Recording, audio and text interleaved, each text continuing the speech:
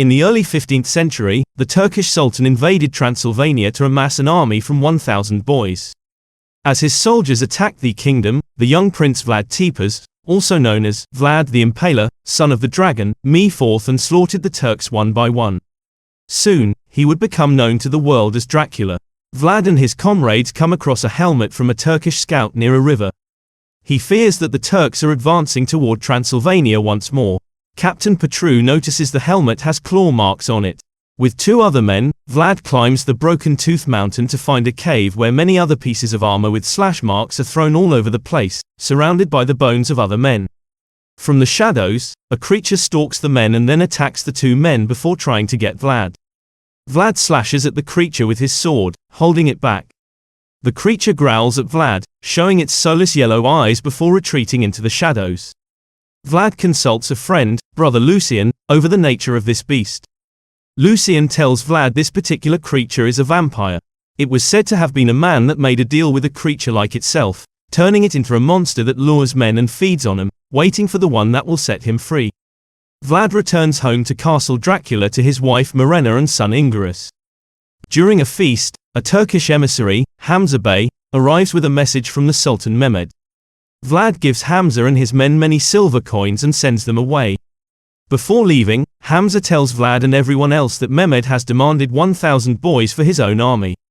Everyone is outraged, and Morena fears her own boy will be among those chosen. The other Turks taunt the Transylvanians with this. Vlad goes to the Turkish camp to negotiate with Mehmed. Vlad offers to hand himself over, believing himself to be worth more than 1,000 boys, but Mehmed refuses and orders the boys to come to him, along with Vlad's own son. Vlad and his family are escorted to meet with Hamza and other Turks to hand Ingarus over. Vlad walks with his boy over to Hamza, seemingly ready to surrender, but Vlad whispers to Ingarus, "Run to your mother." Now, Ingarus runs, and Vlad grabs his sword, chopping off Hamza's arms and then slashing his face. With ease and rapid movement, Vlad kills the rest of the Turks. Fearing a brutal retaliation from Mehmed, Vlad returns to Broken Tooth to seek out the creature. This master vampire presents himself to Vlad, sensing that he has come with hope, and asks why he would do that. Vlad says he is desperate and that he wants to become a monster to fight back against his enemies. The master vampire warns Vlad that he can grant him this power, but he must resist the urge to feed off blood for 3 days, and then he will regain his mortality. He sinks his teeth into his wrist, pouring his blood into a shell for Vlad to drink. Vlad downs it, and then asks, "What now?" The master vampire tells him, "Now you die." Vlad collapses and later wakes up lying on rocks by the river. He sees his skin starting to burn off. Then he presses down on a rock and crushes it. He now has heightened senses and is able to sense the motions of all the creatures in the woods. Vlad also finds that he is able to fly away in the form of a flock of bats. Sure enough, the Turks begin launching their attack on Transylvania. Vlad returns to the castle and dons a black cloak. The soldiers begin marching ahead, and Vlad takes them all on one by one. Now moving faster and stronger than before, he is able to lay waste to the entire army, leaving them all dead in the dirt.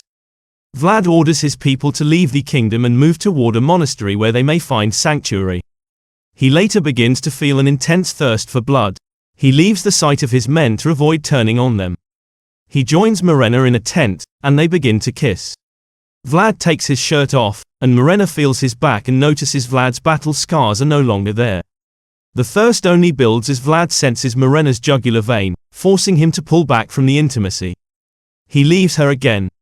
Mehmed and his men move closer to reaching the Transylvanians. They come across the battlefield to find Mehmed's captain laying before the corpses of the Turkish soldiers mounted on spears. The Transylvanians walk through the woods again, only to get ambushed by another group of Turks. Vlad morphs into his bat form and swoops in to attack the Turks. He goes to his comrade's side as he dies. Morena becomes suspicious about what Vlad has become. He cuts open the tent to bring in sunlight and show his skin burning to her. He assures her that he made this deal to protect her and their son. She accepts this. An even larger number of Turks begin marching toward the Transylvanians, just as the dawn begins to rise before Vlad loses his power. With the people now standing behind him, Vlad summons an enormous flock of bats and manipulates them to fly in and attack the Turks. With a wave of his hand, he delivers a powerful blow to the soldiers. He clenches his fist and slams down onto the concrete, sending another pounding to the Turks. The soldiers find Mirena and Ingerus. One man punches Mirena in the stomach and pushes her over the edge, leaving her hanging while they abduct Ingerus. Hearing Mirena's call, Vlad flies back to rescue her. However, he is too late to save Mirena as she falls over the edge. Vlad jumps after her, but fails to rescue her. She hits the ground before Ingerus' eyes. Vlad tries to revive her, but, knowing her time is up, Mirena allows Vlad to drink her blood so that he may have a chance to save their son.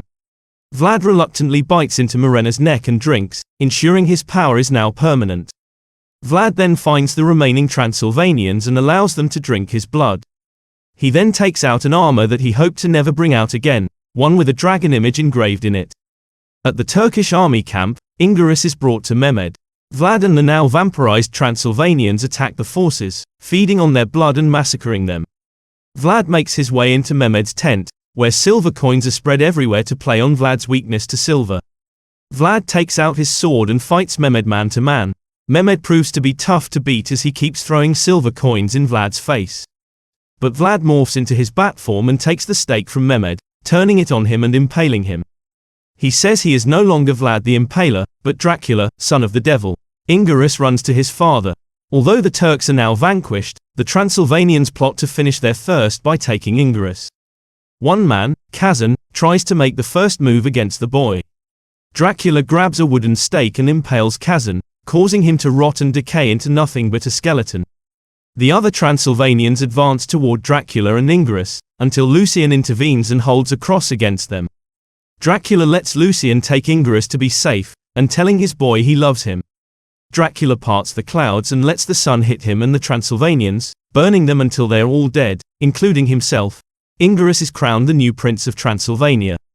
Elsewhere, the man from the woods revives Dracula by feeding him his own blood.